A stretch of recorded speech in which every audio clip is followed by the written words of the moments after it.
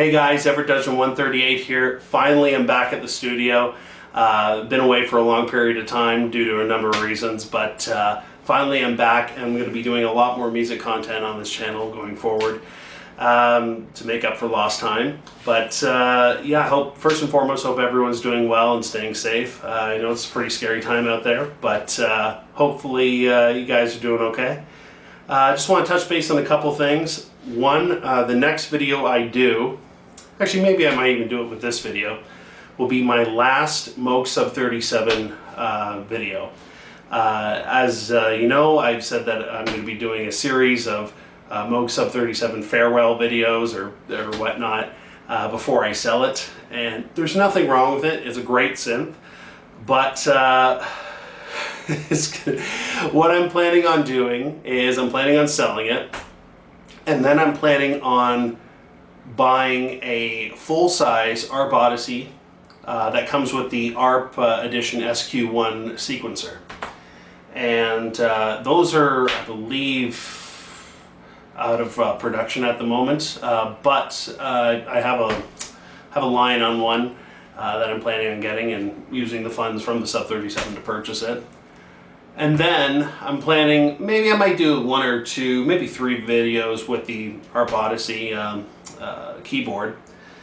And then I'm planning on selling that, but keeping the SQ1. And then I'm planning on taking the funds from, this is ridiculous, planning on taking the funds from the ARP Odyssey keyboard that's being sold and buying two ARP Odyssey desktop modules, which will go right here. You're probably wondering why. Because John Carpenter and Alan Hallworth had two ARP avatars that were being sequenced by the ARP sequencer. That was on Escape from New York, Halloween 2, Halloween 3, and Christine. And I also think they used it a little bit on Big Trouble in Little China. I'm not too sure. And of course, Alan Hallworth used it on his own score for The Lost Empire. And I think he used it also on Retribution, I'm not sure. But in either case, that's what I'm planning on doing. I'm planning on having the ARP Edition.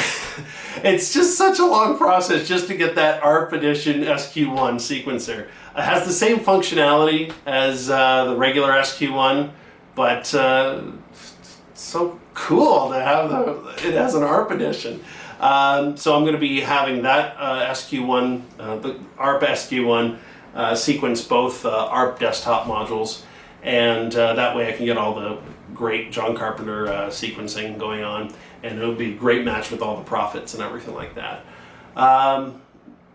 So yeah, that's what I want to do. I know it's a bit ridiculous to go through all that just to have the ARP SQ1 sequencer, but the things we do for love. And another thing I wanted to touch base on is Sequential and Dave Smith are coming out with a new synthesizer. Hopefully next month, but it might be pushed back to September, not sure. And a lot of speculation as to what that might be. I know Dave kind of hinted that it's going to be for a quote-unquote a different kind of musician, and it's also going to be easier to implement. Now, hearing that, I know right away people thought it's going to be a drum machine. I was hoping for a sequential standalone sequencer, but I don't think that'll come to fruition. Similar to like all the old sequential programmer sequencers and everything like that. Or, I think they had it was like a sequential studio. It was kind of a drum machine and multi-track sequencer all in one. I forgot what it was called. I'll probably put a link in the description. Anyway, I don't think it's going to be anything radical like that, or a drum synth with like the old Simmons drums, or a guitar synthesizer or anything like that.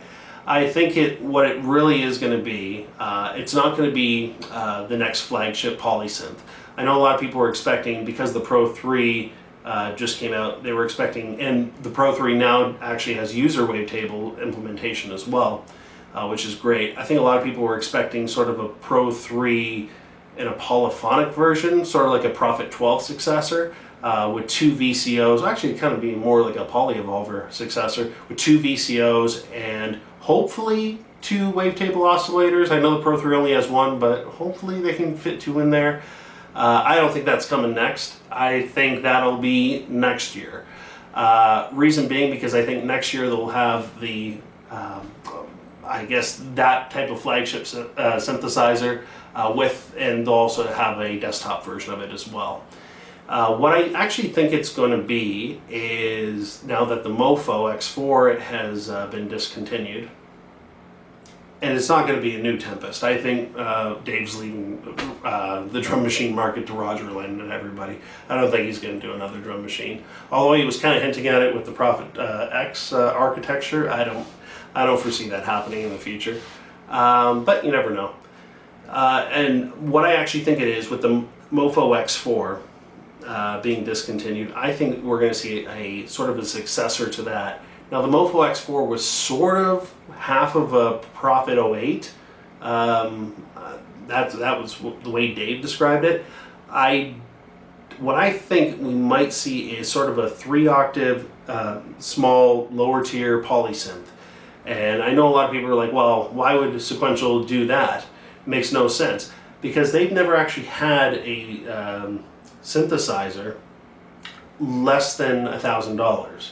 And I actually think we're going to see a 4-voice DCO polysynth, sort of a half of the Prophet Rev 2. Maybe with not all the modulation destinations, but maybe there will be. That's the way I see it. I think it's going to be more for people who are getting into synths, and musicians who primarily play another instrument to have a polysynth next to them. I can see that happening. And I know everyone's going to say, well, there's mini logs, there's other synthesizers that have that. Yeah, but they don't have full-size keys. For Sequential to come out with analog polysynth for under $1,000 that is made in the US with full-size keys, man, that would be an excellent avenue to get into synthesizers. And honestly, I kind of equate it to more like it would be their Juno to their Jupiter, if you get my drift. It would be their kind of lower tier version of their Prophet 6 or their OB6 or something like that. Why not? I think that would be excellent. And it would be definitely a different market for Sequential to get into. But that's what I see it being. I don't foresee it being anything radical like a standalone sequencer or like a drum machine or a guitar synthesizer or anything like that. I don't see it being a flagship synthesizer at the moment either. But we shall see. And yeah, so I just want to touch base on that. And also, when I was coming up with the decision to sell my Moog Sub 37, I did a series of videos, kind of the Moog Sub 37 farewell tour, and I did 2 covers. This will be a cover as well, and I want to kind of do more obscure covers. I did Ivor Slaney's Death Ship. I also did Richard Einhorn's Don't Go in the House, and this will be even more obscure. When I was younger, so like yesterday, I used to rent this video from this place called Jumbo Video down the street. And it was this really beat up VHS, but I love the cover art. And I put it in, and immediately the opening credits just, they scared me. They scared me so much as a kid. I was like, oh, this is wild. And getting into the movie, lots of 1970s special effects. I think it was the 70s. It might be the 80s, but I'm pretty sure it's the 70s. Maybe late 70s. And a lot of stop motion animation, which I'm a huge fan of. And pretty gruesome stuff. I think it was rated PG, but man, some pretty violent scenes in there. But what I remember the most is the opening theme. And the opening theme has this really menacing it had to be like a Moog, maybe like an old Korg synthesizer with like a lot of distortion and really menacing sounds coming out of it. So I figured I had a couple of other ideas to kind of do the final Moog Sub 37 video with, but I thought, you know what, I really like this movie, and I really like this score, and not many people have heard it. I can't, for the life of me, I can't remember off the top of my head the name of the composers, which I know is a little bit unfair, but I'll put their name in the description for sure if I find it, because it is pretty obscure. But I figured, you know what?